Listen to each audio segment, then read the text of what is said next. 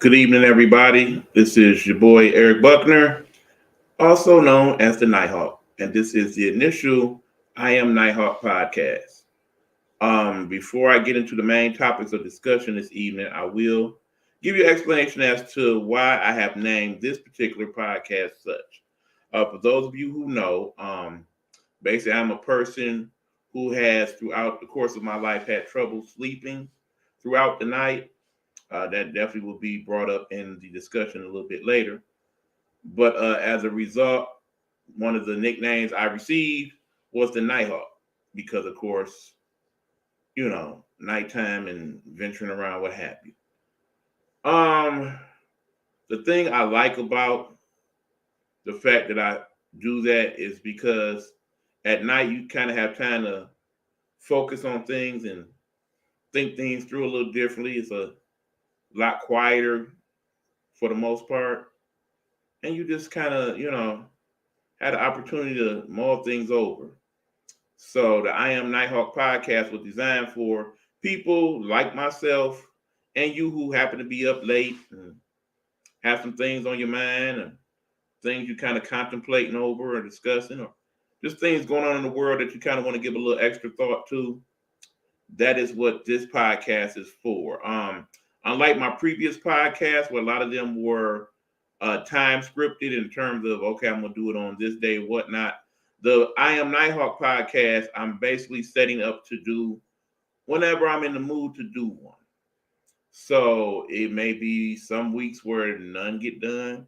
There may be weeks where I do one every day. Depends on what's going on, what's troubling my mind, what I feel I need to discuss, and that. The I Am Nighthawk podcast is more or less kind of for me to talk to you about my thoughts and feelings, kind of my personal podcast, so to speak. There will be others that I set up. Like I said, I definitely want to do one in regards to all the different shows and things that come out. Kind of this is my review of what I think this show is about or whatever. That type of critic type show.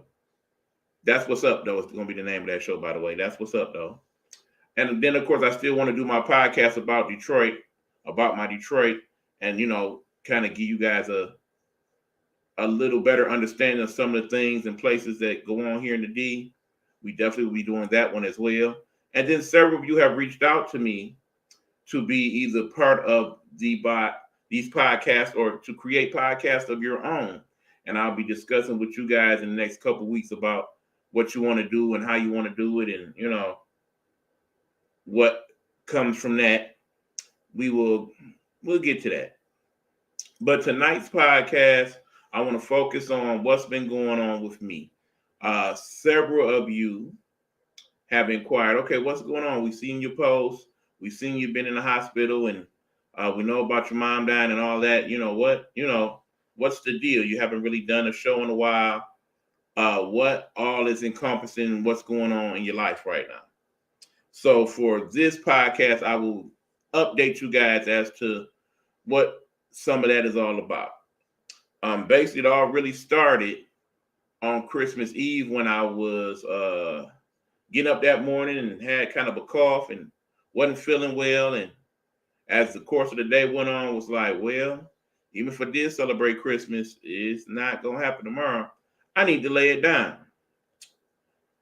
Now, what happens from there is where our odyssey takes us. Understand that, usually when a person like me is sick, it's like for a few days. I go through it, it's a cold, or it's a little sinus or whatever, and a few days later, I'm feeling okay. As we got people checking into the building, hold on. Hey, what's going on, Tracy? I definitely need to call you next week, my brother. Been a very long time since we have one of our good discussions. Definitely want to do that. The thing is, this particular time when I got sick, it didn't go away. It didn't go away in a few days. It didn't go away in a couple of weeks. So, needless to say, I was concerned. And as the days went on, it's like it manifested itself into other types of sickness. What's going on, Big Joe? Good to hear from you, sir. Thanks for checking in on me. Appreciate it. Basically it's like from day to day, it may just be I didn't feel up to moving around. So I was just weak. Other days I had trouble breathing. Couple days I kind of just slept wherever I slept in the house, couple days have bathroom issues. It was just something every day. It was something different or deeper, and it was like, okay, at this point, you got to go get whatever this is checked out. Clearly, something is not right. So when I went to the urgent care, that was where my first went. They basically told me I had acute bronchitis, and that's what was causing all the coughing. To basically get your liquids in and get some rest, and you'll be okay. Now, understand the reason why I wasn't able to fully do that is because of all the bills and things that needed to be paid. So because of that, I basically tried to work out a schedule where I could rest some, but still work, still get the money I needed for whatever. We all know how I reached out to some of you guys in terms of needing things and needing some help. And thank you to all of you. A sincere thank you to all of you who were able to help along the way, whether it was financially or through some of your efforts to help out with other things. I very, very, very much appreciate you. Very much. Thank you. Thank you. But, it wasn't enough to get done what I needed to get done. So I was constantly behind the 8 ball. So as opposed to getting the rest that I required or basically getting more thoroughly checked out, here I am still trying to work through it all. Now, of course, in the midst of all this comes the unfortunate news that my mother, Trisha Buckner, died. And for those of you who know how I feel about my mother, you know that over the years we got a very unique bond, primarily from some of the things that we went through in terms of her illness and sickness, and me being her caregiver for a time, and then of course her bouts in the long-term care facilities and a lot of the things that went on with that. I learned a lot, and it was a lot. And oftentimes I just had to deal with it from a standpoint of, okay, well, this is mom. Let me do what I need to do for her. Let me not worry so much about what's going on with me. So I truly neglected myself at times, most times, truthfully. And then, of course, there were other discussions going on outside the lines in regards to mom's care and mom's well-being and things of that nature. I won't get into that. Those are more kind of deep family scenarios, but those definitely came into play in terms of the whole situation too. As we got Heather checking in. Hey, Heather, good to hear from you, my friend. Always good to know that you are doing well. Keep posting your pictures and what have you. Those do bring me joy and comfort. I just wanted you to know that. What eventually happened is all this culminates together at the same time. Hold on. I'm doing my best. I thank you for that. The computer is a little iffy at the moment. I ain't really had time to upgrade things and all of that since I've been back and forth through the hospital and whatnot. So if it's a little glitchy, I do apologize. Basically, when my mom died, it was as it would be with most people, where it would kind of hit you for a loop. On the one hand, she had been sick for a while, so it wasn't like I was like taken by storm, so to speak. But in the same token, you never really ready for that moment. I had to honestly say that you never really are ready for whenever that happens, however it happens. There is no way to fully prepare yourself for that, even though at some point it's coming. And when it happened, it was during a time, like I said, where I'm dealing with all these sickness and illnesses, basically Heather agrees that it's still hard and you ain't ever ready. And definitely this is part of why I'm doing this show. Shout out to several of you who will be viewing who have gone through this with the loss of your parent or your parents. I know a lot of you will be able to relate to some of the things I'm saying in regards to that. I do find strength from knowing that you guys are going through what I'm going through as well. So there's that. Basically when I went to go view her body that evening when she died, I was very sick. I basically shouldn't have been out and about at that moment. At that point, based on what I've learned, I should have been hospitalized even then.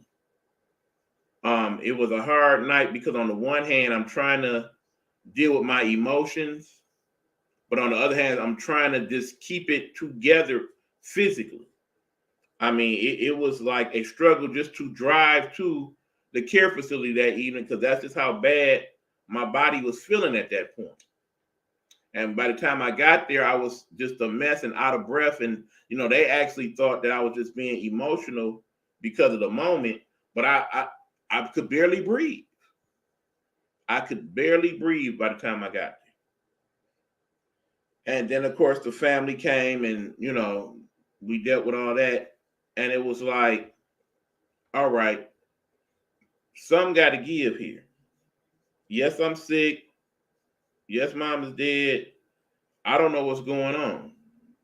I'm just trying to cope. So I spent those next couple weeks before I finally went to the hospital just doing that, trying to cope. Me thinking that, okay, this is just a very bad case of bronchitis. Needless to say, it was not just that at all.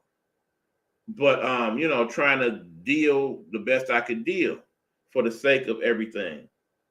And me not really wanting to deal with the whole funeral and all of that type of stuff. I'm not a big funeral person. There are a lot of people that's not, you kind of have to contend with the fact that once you get older, more of the people that you know and care about no longer are with us. And you have to kind of consider that as a part of the process. Trey saying, I know that pain well. There are no words I can say that could bring comfort. It's a process. And it truly is. So for anybody who may tell you, okay, this is how you should feel, this is how you shouldn't feel, don't listen to that. We all grieve differently. H2, God rest her soul, always said that we all grieve differently and we all have to be allowed to grieve in our own way. There are some people that would think, okay, knowing how close he was to his mom when he died, he must have boo-hooed and cried for days at a time. No, actually, I have not. In terms of part of it, I feel good that mom is now in a better place. All those years of her suffering and not being able to take care of herself and being half paralyzed and all that was a lot to watch her go through. And, having discussions with my siblings in regards to that, we all kind of have a different feel of what that was about. But with me actually being the person who lived in her house and took care of her for a time, it kind of hit me different. Because there was a time when she was actually getting better. And I felt like she was going to, at some point, fully recover and be back to herself. But then as time went on, you start to see that wasn't going to happen. And you kind of had to work with her in regards to her own feelings because she was not the type of person that was good at giving you what she thought. She was not good at expressing her feelings. So the fact that I'm not quite sure where I get that from. I feel like my father was the same way as well. But, there is something to be said for being able to express yourself in a way where other people can understand how and why you feel the way you feel about things. Tracy is saying, take as much time as you need to grieve. It came in waves for me. Now, understand, I am obviously affected by the loss of my mother. I mean, it got to the point because at one point I actually had moved my stuff into her room, what used to be her room, and I just couldn't be in there anymore after she died. It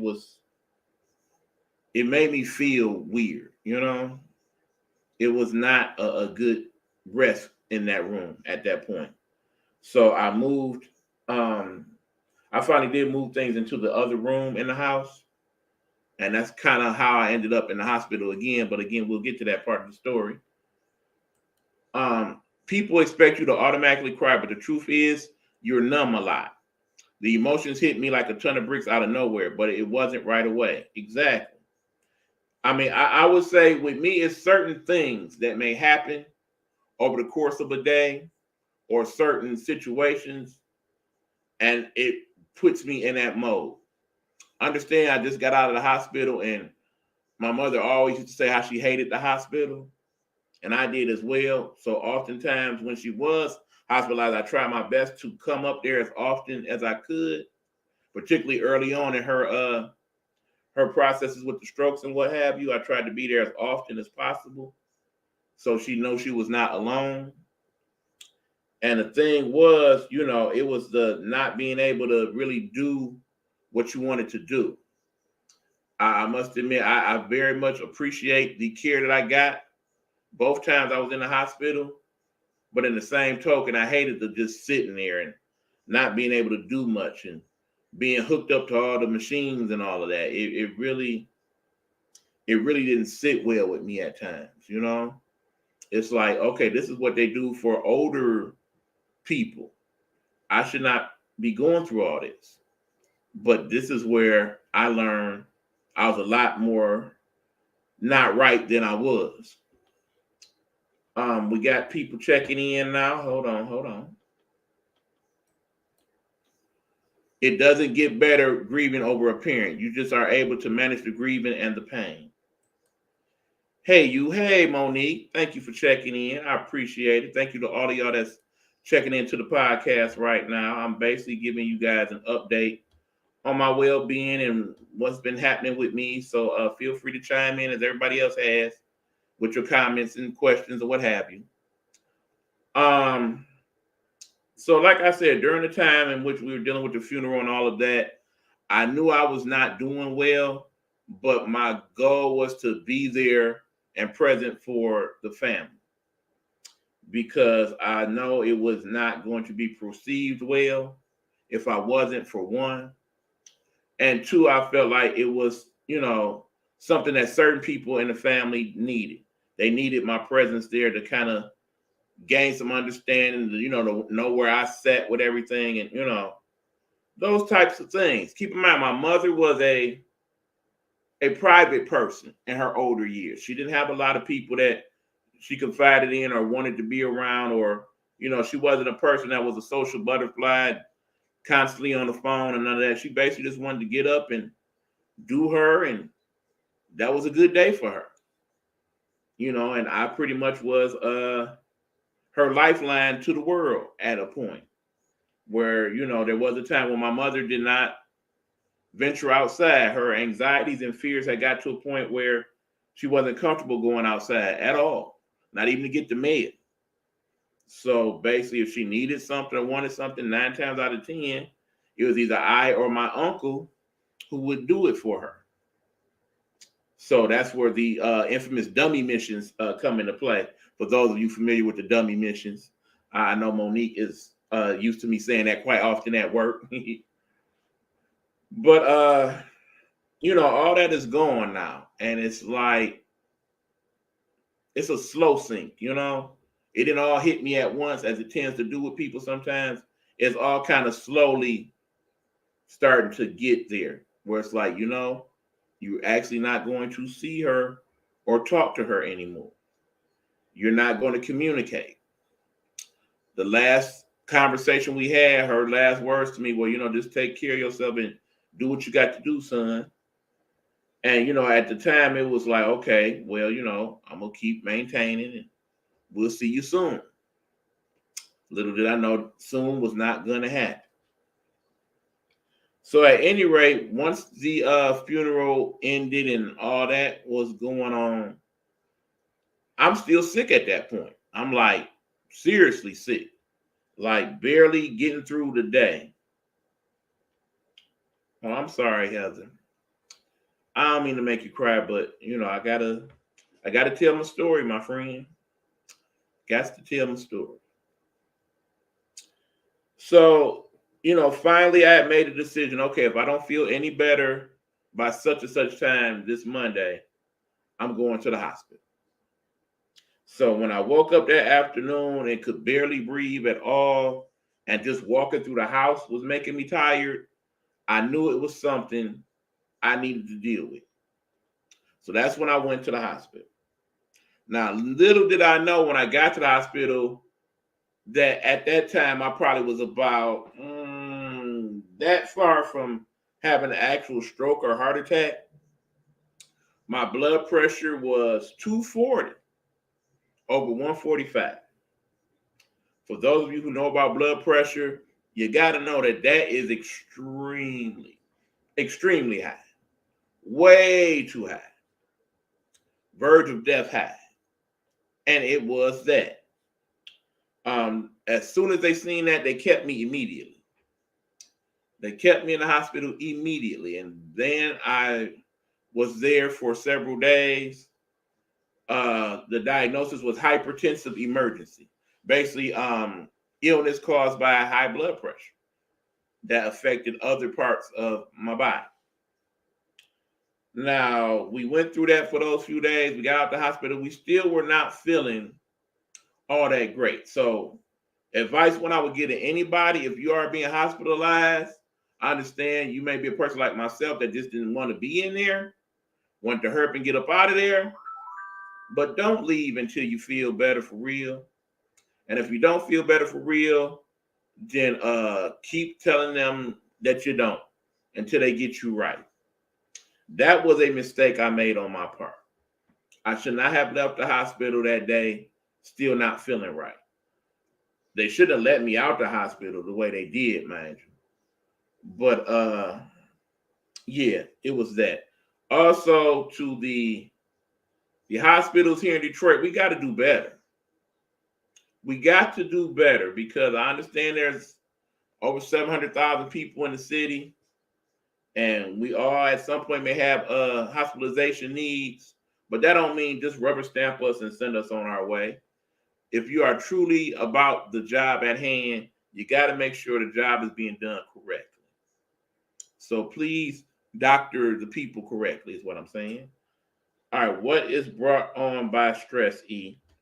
Basically, part of my stress obviously was me trying to keep these bills going. For those of you who know that part of the scenario, basically getting behind from that. And, I got further behind from being sick. So, it was certain days where I couldn't work so much because I was sick.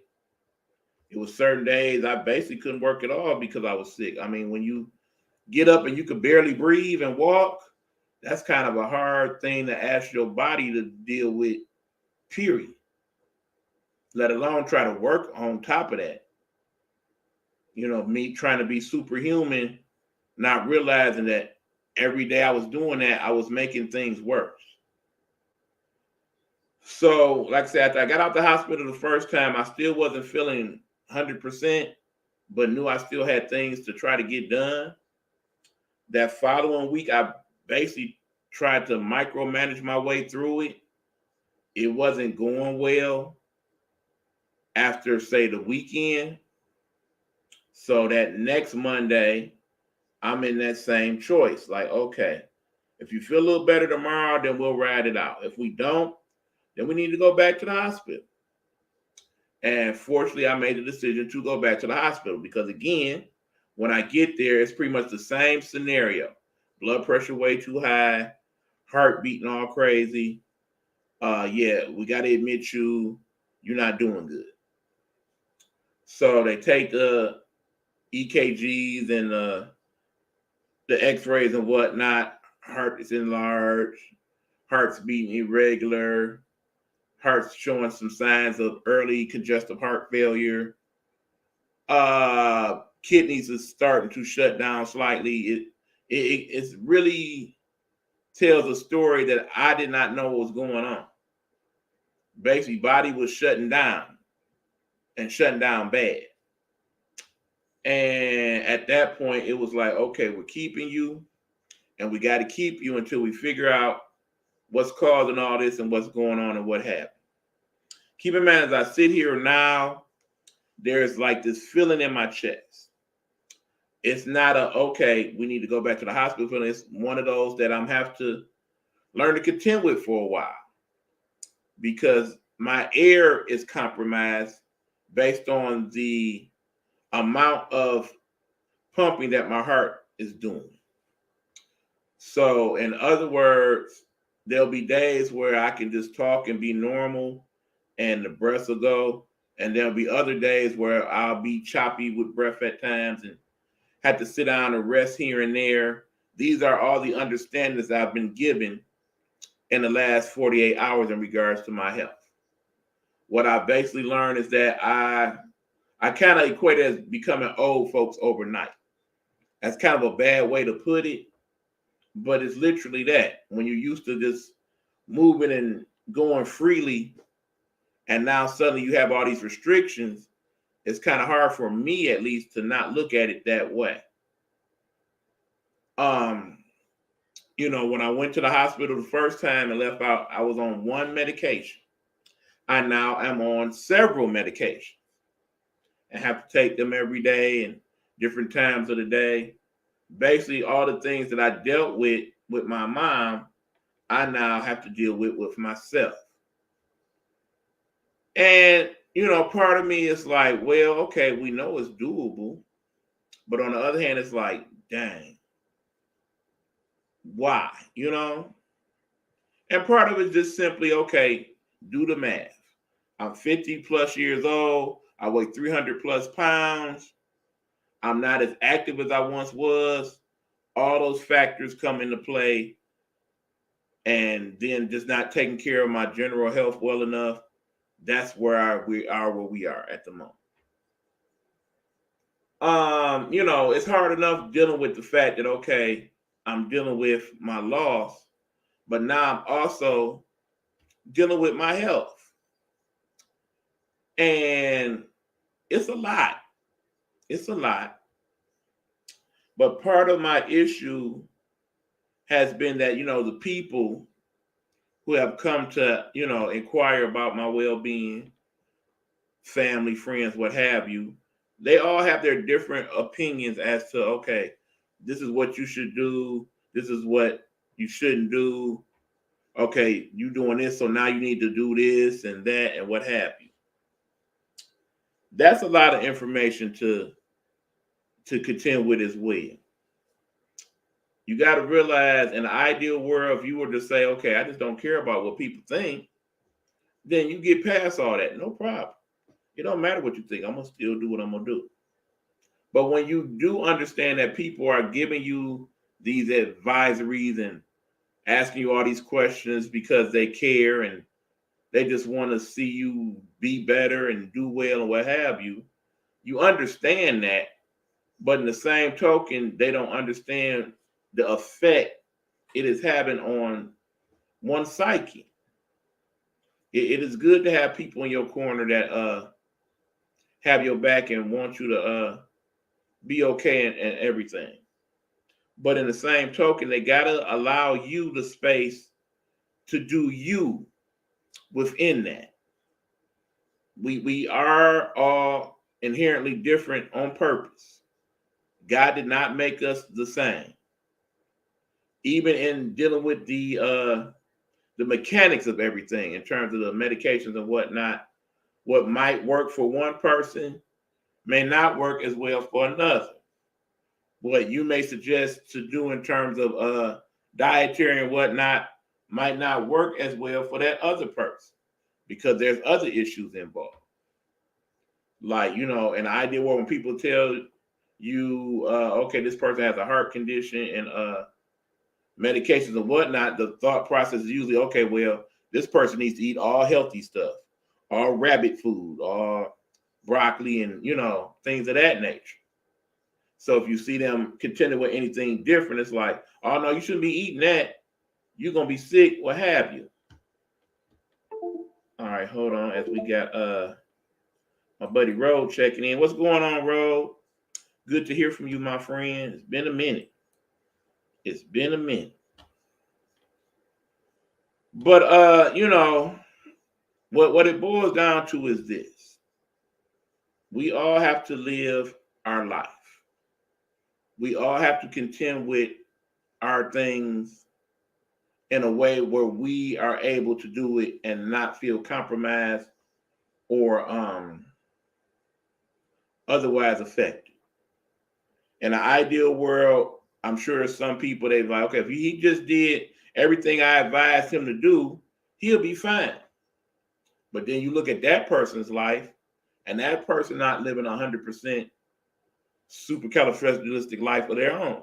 You know, you have to remember when you give people advice and things of that nature, that it must, in order to be truly effective, kind of fit the person that you're giving the advice to. If you know that person is not a person that's used to people invading their space in that way, then you should understand that certain things that you are doing and saying is not being received the same. Understand, I'm used to kind of doing my own thing and being a person that kind of helps people get through their own stuff.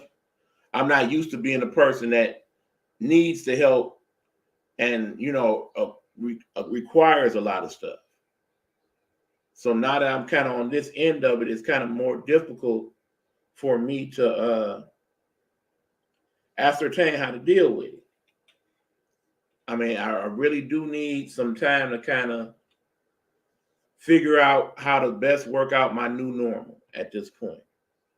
Now that my mom is gone and I don't have to consider her in my decision-making process, now that I am a patient on pills and I have to consider, okay, there's certain things I'm not going to be able to do like I used to do.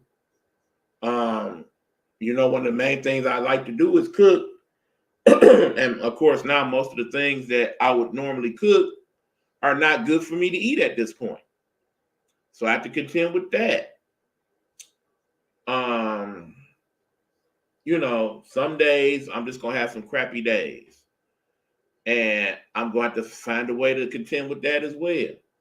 Sometimes I'm just not going to be able to do me that day. I'm going to have to rest it out, I'm going to have to basically give myself the day off and nap it out and all that good stuff. These are things I have to deal with. The key issue that my doctor has told me is the main thing I need to do is to lose weight. When you tell people this, it becomes that issue where everything they see you do, particularly in terms of your dietary, is scrutinized big time. I will give you the advice that my doctor gave me in regards to that. When you're dealing with your health, you need to do what's in your better interest, but you're still alive. It doesn't mean you have to just completely go the vegan route or eat less than nothing every day, starve yourself, that type of stuff. You still want to have a diet to where you allow yourself a few things, but you just need to consider your portion controls and moderation and know that certain things are just not good for you at all. So basically, if I was a person that liked a lot of salty foods, understand I'm going to miss potato chips, but probably won't be doing no potato chips for a time, if ever. Understand that after years of not drinking pop, I was drinking pop, back to not drinking pop. There's just certain things that are contradictory to what we're trying to get done here. We got Big Meech checking in this evening. What's going on, Bigster? Listen, there are times when Superman has to return to the Fortress of Solitude. Wonder Woman every so often has to return to Paradise Island. Why? For direction, guidance, and instruction. And that's pretty much where I'm at with it right now. That is a very, very good point, my friend. I can't be the superhero that I'm used to being. It's not to say that I'm not one anymore. I just have to be a superhero in a different way. And the main person that I need to save now is not my mom or not the people around me. It's myself.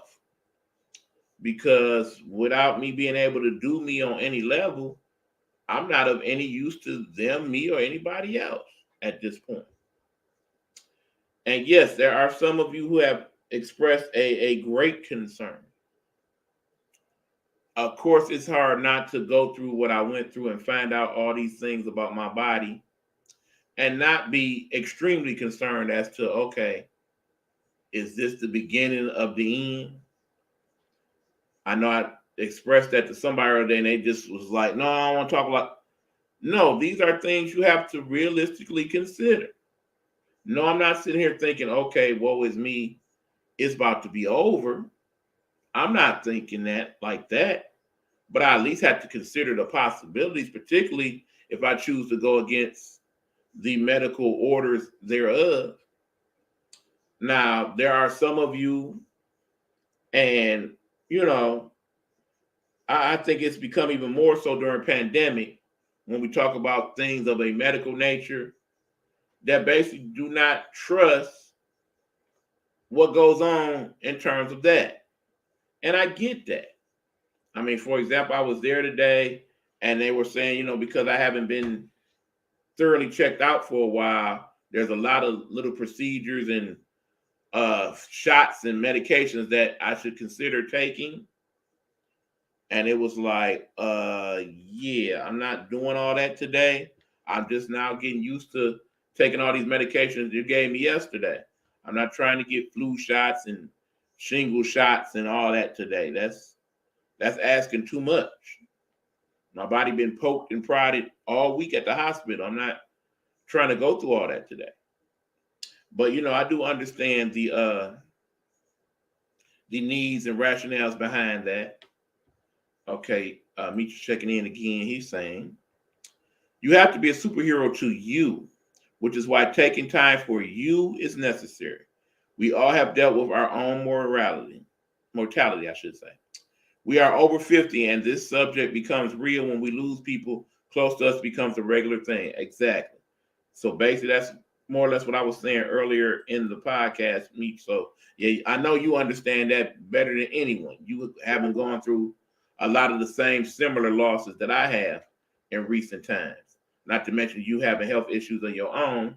So you definitely can relate to a lot of what I'm saying, which is good to know that I do have people in my circle who are going through and have gone through the things I've gone through, so that if I need somebody to talk to, they are there. Please know that for some people that have that concern, I do have people that I can talk to about my feelings and whatnot. I'm not sitting here in this depressed state where it's like, oh, wow. We know I've battled depression before. I've openly talked about that on the air. This is not one of those things I'm depressed about. I mean, as I sit here now, just in these last couple of weeks of going back and forth to the hospital and what have you, I've lost more weight than I did last year, period. I'm kind of encouraged by that. Basically, in the last, 3 weeks, I've lost 19 pounds. Obviously, a lot of that must have been water weight from the fluid in my lungs and, bathroom functions not being full and all of that. But, I know what I'm capable of if I put my mind to it. And there was times in the past where I've lost a considerable amount of weight before. So I know I'm capable of that. And especially with me now knowing that the key to getting better sooner is the weight loss, it is definitely something that I will work with. Now, all that being said, I do enjoy food. I do consider myself a foodie. But, no meal is worth dying for. Let's put it that way. So, yeah, I will go into my bag of creativity and work on meals where I'm getting things that are tasty and flavorful, but are not going against my medications and my heart situation or what have you. You know, some of them I will post. I kind of thought, okay, I'm at the point where you guys knowing all this, seemed like whatever I would post is going to get scrutinized in terms of food. But like I said, I like to do that. So understand in posting these foods that some of them I'm posting and I'm eating at that moment, and I may eat the full portion, and some of them I might just eat the partial portion. And some of them I might just be cooking for somebody else and posting for that reason. So do have those understandings. I'm pretty sure, as I shout out my Uncle Brian, he will kind of be sitting there like, well, see, I told you about some of that you was posting and eating and what have you. So you did, sir, so you did. All that being said, I still got to do me. I'm still going to do me. I'm not going to do me at the expense of doing me, But I have to be able to live my life in a way to where I'm not sitting here and it's like, pass the oatmeal, pass the broccoli. I can't do that and function in a way where I'm going to be any semblance of happy or content with what's going on. Okay, Meech again says, the thoughts of change will overwhelm you. And to a degree it has, which is why we have to take small steps. And I will give you 3 things to do that will start the process. 1, increase your water intake. No, Meech, actually, that is incorrect. According to my doctor, I need to restrict my water intake due to the fact that I am on the medications that I'm on. Too much water for me will lead to my body putting it in other places and causing other issues. So that bit of advice I cannot follow. 2, increase your intakes of fruits and vegetables. And that I absolutely have already started and done. And that is a correct. That's pretty much for anybody having any type of issue with their dietary. Most dietitians will tell you to increase fruits and vegetables. Definitely. And whole grains as well. Especially green leafy vegetables. 3, get some movement. Start by walking for 35 minutes consecutively with a purpose. And yes, they definitely suggest exercise in regards to this because, like I said, weight loss is key. And they say you basically start out with 5 or 10 minutes of consistent exercise and you go from there, but don't go from not being active to trying to run a marathon the next day. Your body is not going to contend with that, particularly with it being heart situations where if your body can't keep up with the flow of blood pumping and whatnot, it will cause you greater damage than not. Basically, any type of fruit that has a large water content, such as your melons and honeydews, it is advised not to contend with that because you have to consider your whole fluid content throughout the course of the day. Basically, I'm looking at about 6 cups of fluid a day, like 64 ounces on average.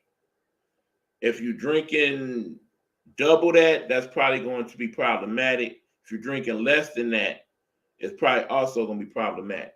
But anything with a lot of water content, such as your melon fruits, your soups, ice cream, things of that nature, you have to add that into the whole mix of what your water and fluid content is. So keep in mind, I'm dealing with multiple problems here. 1, the heart condition, which they basically say as time go on, should strengthen itself back to some semblance of normal. The kidney situation, which basically should be resolved by me just dealing with the blood pressure properly. And the blood pressure itself, which requires me to stay away from the sodiums and definitely stay away from the stressful situations when possible. So they want you to balance 64 ounces is considered to be regular for, that's correct. That's why that's that particular amount. You are right about that, sir. So, like I said, these are things I'm contending with. I know there will be people that will come along and, okay, well, I saw this, I read this, I think you should, dot, dot, dot. Understand, I appreciate your input, but don't be mad if I don't take it. Don't be overly happy if I do take it. In the end, I have to learn to contend with this myself if I still want to be able to take care of myself long term. Understand, I probably better than most know what happens when you don't deal with all this correctly. My mother unfortunately set that example. When you get to a point to where not only are you not following the doctor's orders in terms of the dietary, but in terms of you taking your medications on time and all of that, I do know what that feels like. Well, I do know what that looks like firsthand from having dealt with it with her. And I'm not trying to spend quality time in the hospitals, and I definitely don't want to get to a point, particularly in my early 50s, where I'm now in a long-term care facility because I no longer can take care of myself because I let too many things go on with my body, and now I'm not able. That is not what I want for myself. I don't see me living life long if it comes to that. So I have to work these things out now on my own. In terms of all the other factors, in terms of my financials and whatnot, help is being seeked out. I've been directed to certain things to call and check on over the course of the next 7 days. So I will do that. Again, like I said, I thank you to all of you who have been able to help me out along the way in terms of things. Little did I know at the time that this was going to get to this. I had no idea that things were this bad. So, yeah, it's going to take some time to kind of work all of that out. But when all is said and done, most of what's going on with me is fixable. And in due time, I should be in a better spot with it all. Will I be back to normal? I have to be honest. I don't think there is normal anymore. I don't think it was normal once the pandemic hit. That hit me in my life and my people's lives in a way to where I can't ever really claim normal anymore. Just too many people lost, too much in terms of health problems and people dying. I mean, just in getting in touch with certain people, they going through things just as bad or even worse than what I'm going through. And I feel bad that I can't really help them the way I would like. Okay, you are saying once you find out what works for your body, you will be cool. Most of the doctor's orders are only blueprints. Ultimately, you will become the mediator of your care and treatments. I would definitely agree with that. And that goes to anybody else out there having these issues right now. Like I said, when I have these discussions with you, the people, I know it's not just me going through it. So I'm sure you are considering some of your own situations as we have these discussions. We all have some, I said, we all not built like Superman. Most of us have some type of health issues or know people that have health issues that need to be worked on and worked with. We all could benefit from a well-balanced diet and whatnot. I mean, the same token, yeah, there's going to be days where I'm really going to want some chili cheese fries and have that discussion with myself. Like, I know you want these, but is it worth it? Is it worth whatever problems it may cause from you eating them? There'll be days where I'll breeze through it like, I'm good with just this salad today. And, no problems. I know I will be encouraged as I continue to lose the weight. I mean, just based on the medications, I'm going to lose weight. These medications are designed for that purpose. Just based on the fact that I don't have the appetite to eat what I once could eat, I'm going to lose weight. Part of that's just from being 52 years old. Part of that is from taking these medications that make my stomach not feel so great. Part of it is just from the fact that, when I wake up every morning now, that medicine taste in your mouth, ugh, I can't even describe how bad it is. And every day now there's that. So it's just certain parts of this I'm just going to have to get used to. It's just going to be that way. Now, in the ideal world, you want to say, okay, I want to live another 30, 40 years. Maybe that happens for me. Maybe it doesn't. But do know, for however long I have, I'm trying to live. I'm trying to be a responsible member of society. I'm trying to serve what ultimate purposes God still has for me to serve. So the fact that I'm still here through all of what I went through indicates to me that I still have things to do and I still plan on doing them. Okay, Meecha's saying, as long as you're not a steroid, weight loss is usually inevitable on meds. Yep. And no steroids at this point. Understand there are other things I have to contend with my health. Sleep apnea is something I suffer from, something that many people in my family suffer from. I do have to go back to the sleep clinic and deal with all of that. At some point, I will be back on the CPAP machine, and we'll have that discussion when that time comes. It's, I had issues with it when I had one before, and we'll kind of talk about all that.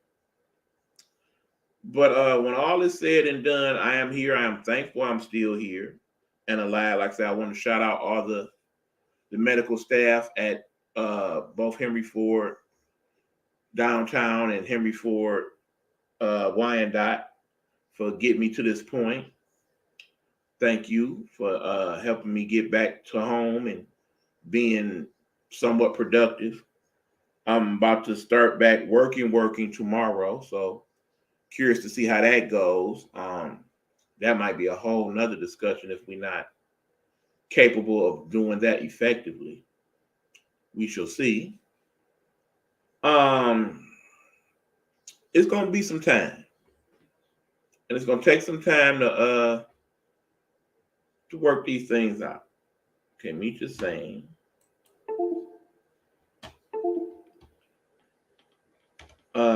Come on. Okay, let's begin with removing diet from the vocabulary. Let's say eating plan. No one wants to diet. They want to live it. Okay, I like that. That's a good way to put that, Meech. Well phrased. The thing is, I'm curious to see how far I get with it. Like I said, if I've lost this amount of weight in just a couple weeks and really wasn't trying, imagine what happens when I put forth the effort to do so now. I can see it to where by the time we get to the summer, I'm already under 300 pounds. That would be good. I can see it to where possibly by the end of the year, I'm somewhere around, say, 260, 250. That puts me in a whole nother weight bracket, truthfully. I mean, it just would be nice to get back to the point to where when I go to the store, I ain't got to scramble around looking for exercise stuff and what have you. I could wear normal size clothes and pay normal size prices. That in and of itself will be helpful. So I will say, people, thank you again. Keep me in your prayers. Like I said, it's going to be a day-to-day process. In terms of dealing with mom and her loss, I understand that that's something you never truly get over. You just kind of learn to contend with it. But I know she would not want me to just throw the towel in and give up on myself now that she's gone. She would want me to do what she asked me to do. When is that?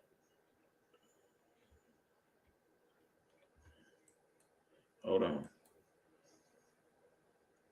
Child, you are a cook. There are tons of cookbooks and things out there where you can really cute with eating and find. Like I said, I know I'm gonna put some of my creative together. I talked about that earlier. I think that's before you checked in with us, Meech, about some of that. I understand that my creative juices could come into play with that. I'm already been looking into certain recipes and what have you, sweet potatoes and broccoli and fruit. Basically some of the recipes that I have in mind will actually combine fruits and vegetables together into meals, which I think will be interesting for folks. There's already this recipe I came up with basically it's going to be a mixture of brown rice, veggies, and fruit. You'll just have to see what it looks like when I get it done. But, there'll be things I could work out. And like I said, it's not the end of the world. There will be points, like I said, if I'm able to get the dietary and all this back in order where my body can contend with some of the good stuff later on down the line. But for the time being, I got to keep it, I got to keep it tight and simple. So that being said, tomorrow we'll be having our oatmeal and cherries. And we'll be taking our medications and we'll go from there. We will work on whatever this new normal looks like. And we will keep you all updated and posted. So that being said, I'm going to cut it short because my mouth is getting very dry now. And I need to set up my other medications for the evening. So again, thank you guys for listening. Like I said, this is the I Am NightHawk Podcast, and we'll be checking back in. Hold on. Let me checking in once more before we go. It's time for you to take the baton. This is where you teach folks exactly who Patricia Ann is. This will never go away. It's like wearing glasses or a ring. In the beginning, it's annoying as Smurf, but you then learn to live with it. And then you get to the point where you are naked without it. Absolutely. So yes, as always, I am very thankful, Meech, that you are in my circle of people. And of course, we will be in touch to discuss further. Like I said, I'm thankful for all of you who have been inquiring and checking in. And again, for those of you who have been able to help things out along the way. Again, I cannot tell you enough how much I appreciated that help along the way. Without it, I'd probably be even worse off than I am now. So again, I thank you for that. And then, like I said, keep me in your prayers. I'm praying for some of you also. I know there are things going on in your guys' world that are also problematic and take a lot of dealing with and whatnot. So I thank you for taking the time out in your world to check on what's going on in my world. And it's just very much appreciated. So again, this is I Am NightHawk Podcast. I am Eric Buckner, the Nighthawk, and I'm about to go. But before that, okay, one more, hold on. And find out if you can get a BiPAP instead. I too was a CPAP failure. A BiPAP is a lovely as long as the mask. Okay. I will definitely look into that, sir. Thank you very much. And that being said, we're about to head out. We will be back podcasting.